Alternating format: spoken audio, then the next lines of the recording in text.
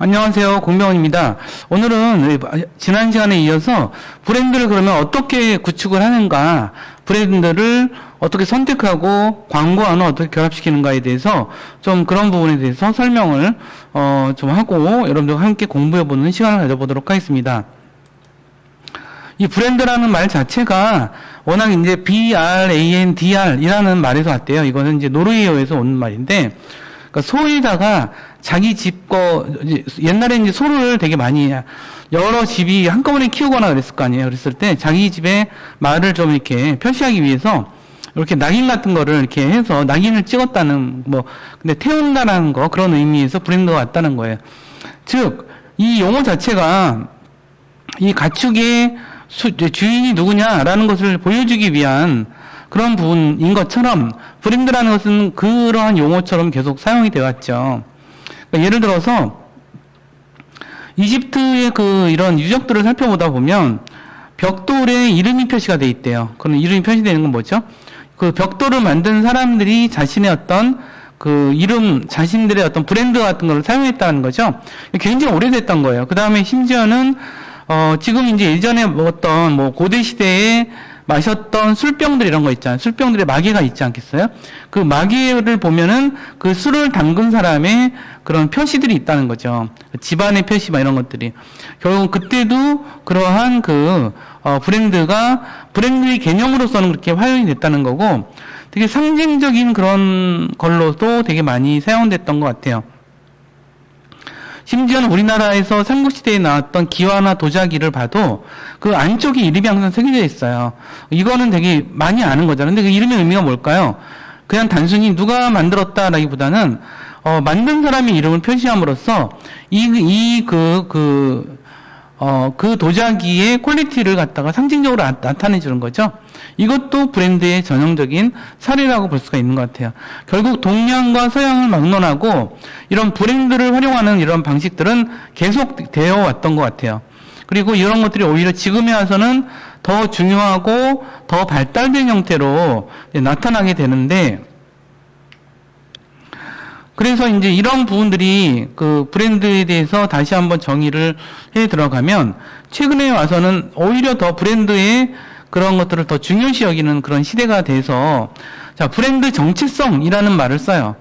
브랜드 정체성은 브랜드 아이덴티티라고 하는데, 그래서 BI라고 보통 얘기를 해요. 브랜드 정체성을 BI 이렇게 얘기를 하는데, BI는 결국은 제품의 특성과 장점을 시각적으로 디자인하는 것까지 얘기를 해요.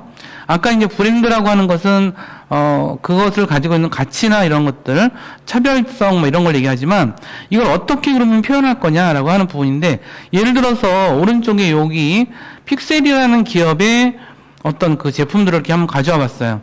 전체적으로 굉장히 유사한 그런 것들을 가지고 있죠. 이런 것처럼 디자인이나 이런 거에, 또는 로고에, 또는 색상에 어떤 이런 부분에서 그런 걸 차별화시키고 어떤 통일화시키고 이런 작업을 브랜드 정체성이라고 표현을 해요.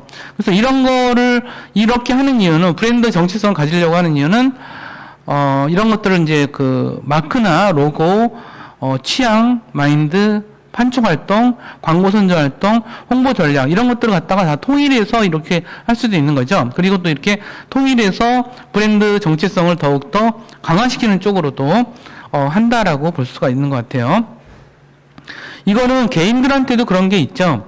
이제 탤런트들 같은 경우를 보면, 연예인들 같은 경우를 보면은 그 연예인들만의 그런 독자적인 그런 독창적인 어떤 특징이 있죠. 이미지랄까? 그런 연예인의 이미지가 있죠. 그래서 연예인의 이미지가 하나의 가치처럼 이제 이렇게 사용이 되는데, 그래서 어떠한 연예인은 그런 브랜드 정체성을 잘 활용해서 이제 더 가치 있게 그걸 활용하는 경우가 많죠. 그래서 어떤 연예인 그러면 어떤 느낌 이런 게 있어서 그런 것들을 갖고 바로 이제 자신들의 어떤 상품적 가치로까지 연결하는 거죠. 근데 이런 브랜드 가치는 꼭 연예인들만이 아니라 개별 사람에 대해서도 좀 그런 것들이 있는 것 같긴 해요. 약간 그 사람의 브랜드 정체성이 뭐냐라고 하는 부분도 존재를 하는 거죠. 그래서 이제 보면은 사람들마다 그 사람만의 개성과 특징이라는 게 존재하는 것 같아요. 그래서 그런 부분들을 어떤 걸로 할 것인가라고 하는 부분이 되게 중요한 이제 과제이자 또는 되게 중요한 거가 될 수 있죠. 그래서 그 개성이 있는 사람들을 좋아해요. 그 사람만의 것, 그 사람만이 갖고 있는 어떤 특정한 것들을 보여주려고 하죠. 그런 것처럼 기업들은 브랜드 아이덴티티를 통해서 이 브랜드 아이덴티티를 통해서 스스로 더 인격화하고 그 브랜드에 대한 경험을 이거를 인격화하는 그런 브랜드 아이덴티티를 통해서 브랜드 경험이 좀 더 인격화한 브랜드로서 좀 더 매력 있게 느끼고 그리고 그러기 위한 일련의 활동들을 또 이제 브랜드 경험이다 이렇게 얘기를 하고요. 그래서 이제 이런 것들을 사람들은 이래야만 그 브랜드를 사랑하게 되죠. 그러니까 한 번 브랜드는 그 브랜드를 통해서 되게 다양한 작업들을 이루기 때문에 그러한 브랜드 정체성의 중요성을 우리가 다시 한번 생각할 수가 있고요. 자, 브랜드 포지셔닝이라는 게 있어요. 그래서 브랜드 포지셔닝은 포지셔닝은 뭘 자리를 잡는다는 뜻이잖아요. 그러면 이런 광고 캠페인을 하는 사람이나 마케터들은 고객의 마음에서 그 브랜드가 어떻게 자리 잡을 것이냐라고 하는 것에 대해서 되게 중요하게 생각을 할 수밖에 없죠. 그래서 이걸 갖다 포지셔닝 이렇게 표현을 하거든요. 포지셔닝이라고 하는 것은 소비자의 마음 또는 인식에서 경쟁 브랜드에 대해 특정 브랜드가 차지하고 있는 위치를 확실하게 고착화시키고 또는 강화시키고 변화시키고 때로는 좀 변화시키는 그런 부분에 대한 작업이라고 보시면 될 것 같아요. 그래서 이거를 우리는 세 가지로 구분해서 이야기를 해요. 그러니까 속성에 기반하는 경우도 있고요. 제품의 속성에 기반해서 이건 이제 그 속성 그러니까 속성 기반의 이거는 경쟁사에 비해서 자사의 브랜드 속성을 매력도가 낮아요, 이거는. 그래서 경쟁사가 쉽게 이걸 모방할 수도 있겠죠. 뭐 이제 그런 것들이 좀 많은 것 같은데 단순히 속성만 갖고 하면은 좀 힘들어서 이런 편익 기반의 포지셔닝도 이제 필요하다는 얘기를 많이 하죠. 고객이 원하는 제품 표직에 대한 포지셔닝을 얘기를 하는데 예를 들어서 이제 이런 얘기가 있어요. 뭐 이제 볼보 자동차 그러면 볼보 자동차는 어떻게 포지셔닝이 돼 있냐면 안전하다 이렇게 돼 있어요. 안정성이 있다 그러더라고요. 저도 볼보 자동차를 제가 운전해보진 않았는데 볼보 자동차에 대해서 운전자들이 다들 볼보 자동차를 되게 좋아해요. 근데 그 이유는 뭐냐면 차가 그렇게 안정적이라는 얘기를 많이 하더라고요. 그리고 이제 그렇게끔 볼보 자동차는 안정적인 걸로 이제 안정성이라고 하는 걸로 제품 포지셔닝을 한 건데 이런 것들을 편익 중심의 포지셔닝이다 이렇게 얘기를 하는 거죠. 자, 예를 들어 페덱스 같은 경우는 이런 것들이 이렇게 정시에 배달해 준다, 정해진 시간에 배달해 준다라고 하는 뭐 그러한 대단한 그러한 제품 편익에 대한 포지셔닝을 가지고 있죠. 자, 운동하는 거에 편리하다, 나이키. 물론 나이키 같은 경우 신발 같은 경우는 어떤 면에서는 신발과 신발 사이에서는 그 퀄리티에 있어서는 큰 차이는 없어요. 보면 기술도 발달했다가 하기도 했고 다들 잘 만드니까. 근데 이런 광고를 통해서 나이키는 운동이라고 하는 스포츠라고 하는 것과 역동적인 것을 결합시켜서 이러한 부분들에 대해서 제품 편익을 아예 포지셔닝을 해버린 거죠. 자, 그 다음에 신념과 가치의 포지셔닝이라고 이야기하는 부분이 있어요. 이것은 어떤 사례를 들면 스타벅스 같은 경우가 그 사례인 것 같아요. 스타벅스는 약간 좀 여러 가지 특징이 있는 기업이긴 하죠. 단순한 커피숍은 아닌 것 같아요. 예를 들어서 이제 스타벅스 같은 경우는 광고를 하지 않아요.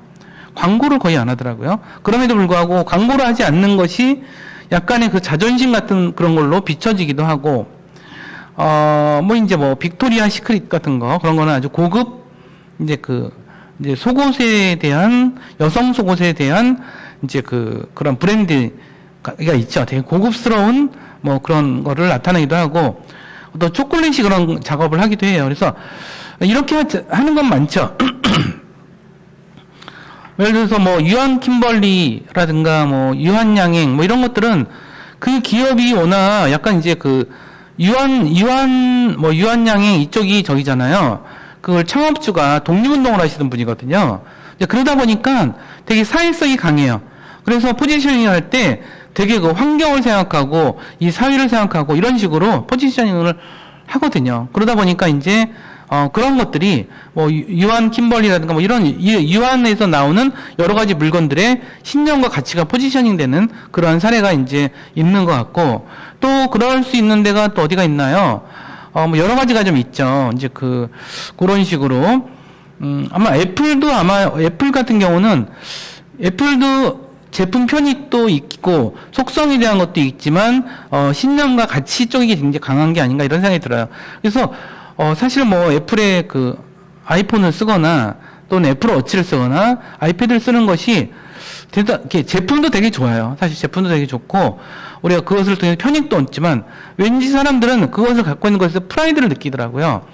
저는 그 프라이드가 올바른지 올바르지 않은지는 잘 모르겠더라고요. 근데 어쨌든 그런 것들이 굉장히 강해요. 그런 상품들이 또 뭐가 있을까요?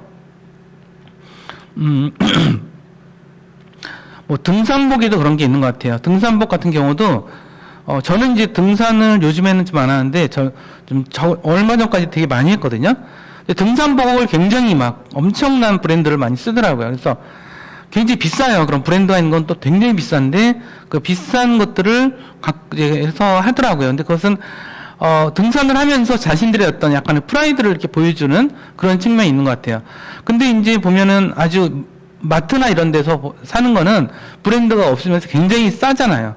싼데 이제 뭐 퀄리티에선 차이가 없는 것 같은데 가격 차이가 엄청나죠. 그래서 이런 포지셔닝이 잘 됐을 때 이런 차이가 나지 않나? 뭐 이런 생각이 좀 들어요. 그래서 이런 제품 포지셔닝 같은 경우는 우리가 광고를 기획하거나 미디어 기획하기 전에 이런 것들을 이 제품은 어떻게 포지셔닝이 돼 있나, 브랜드 포지셔닝이 이미 돼 있나, 뭐 이런 것들을 생각을 해야 되겠죠.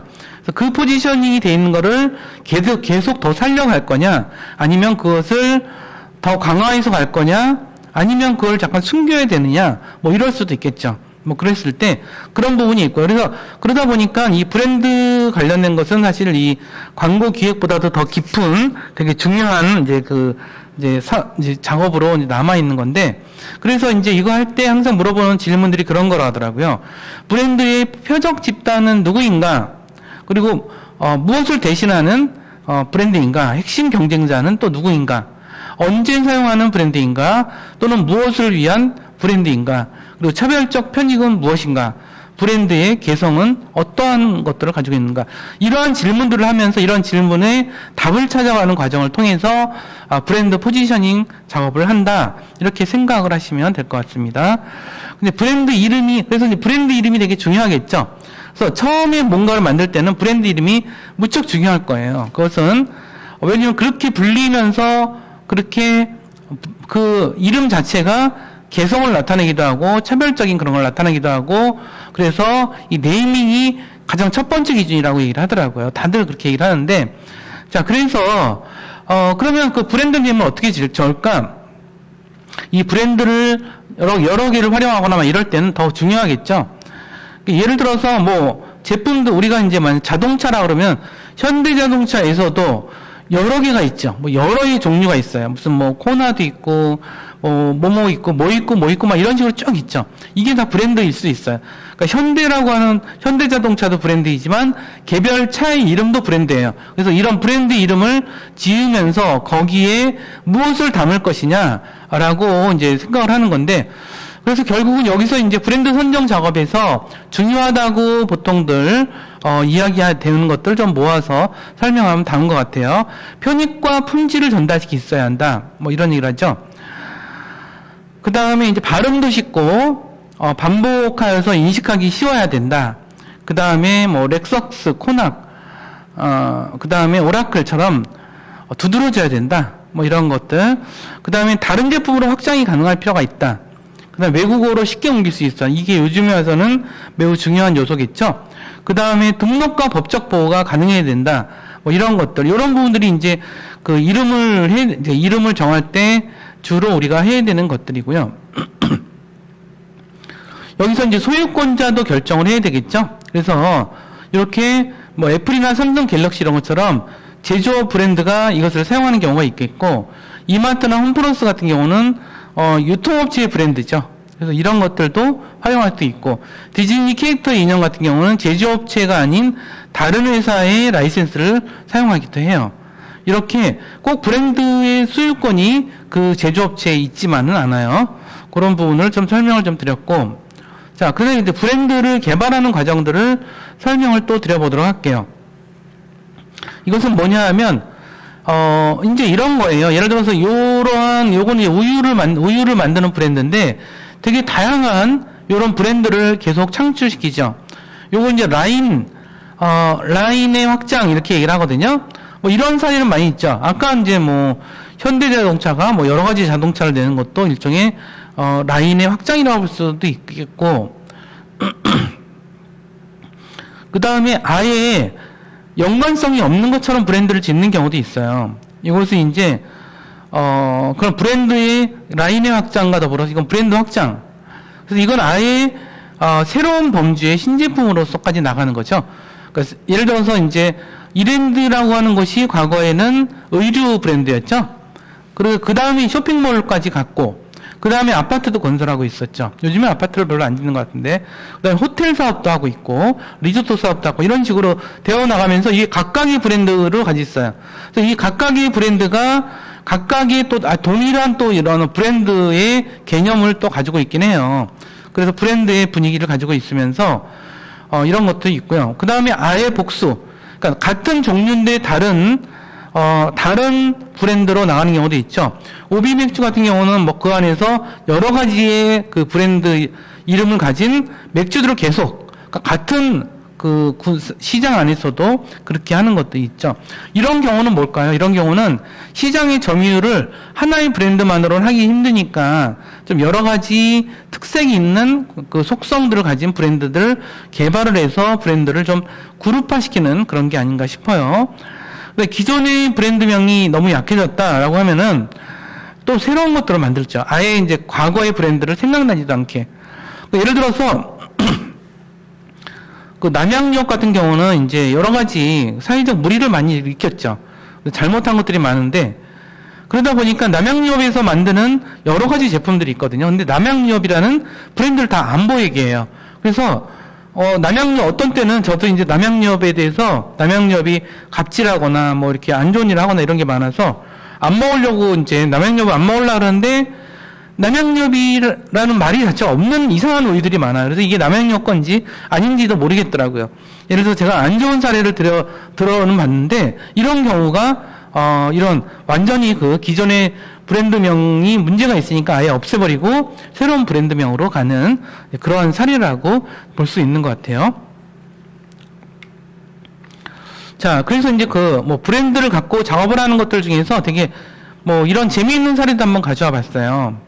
자, 요거는 브랜드 디자인을 하는 뭐 브랜드 아까 아이덴티티 뭐 이런 얘기를 했죠. BI 작업을 할 때도 많이 쓰일 건데, 이렇게 어떤 종류냐에 따라서 많이들 좀 다르게 하더라고요. 예를 들어서 먹거리 같은 경우는 초콜릿색을 많이 선호한다 하더라고요. 일반적으로 커피 뭐 이런 거 초콜릿색 이렇게 이런 건데, 근데 이제 또 여행 같은 경우는 이런 블루 계통의 색깔, 뭐 시원한 느낌, 물의 감정, 뭐 이런 것 때문에 이런 색깔을 하고 있어요. 이제 보니까 기억이 나죠? 여러분들 되게. 자, 휴일과 관련된 비즈니스에는 이렇게 좀 옐로우 계통. 이거는 안전하고 웰빙의 그런 느낌, 또 태양의 느낌, 뭐 이런 것들이 포함되는 거겠죠?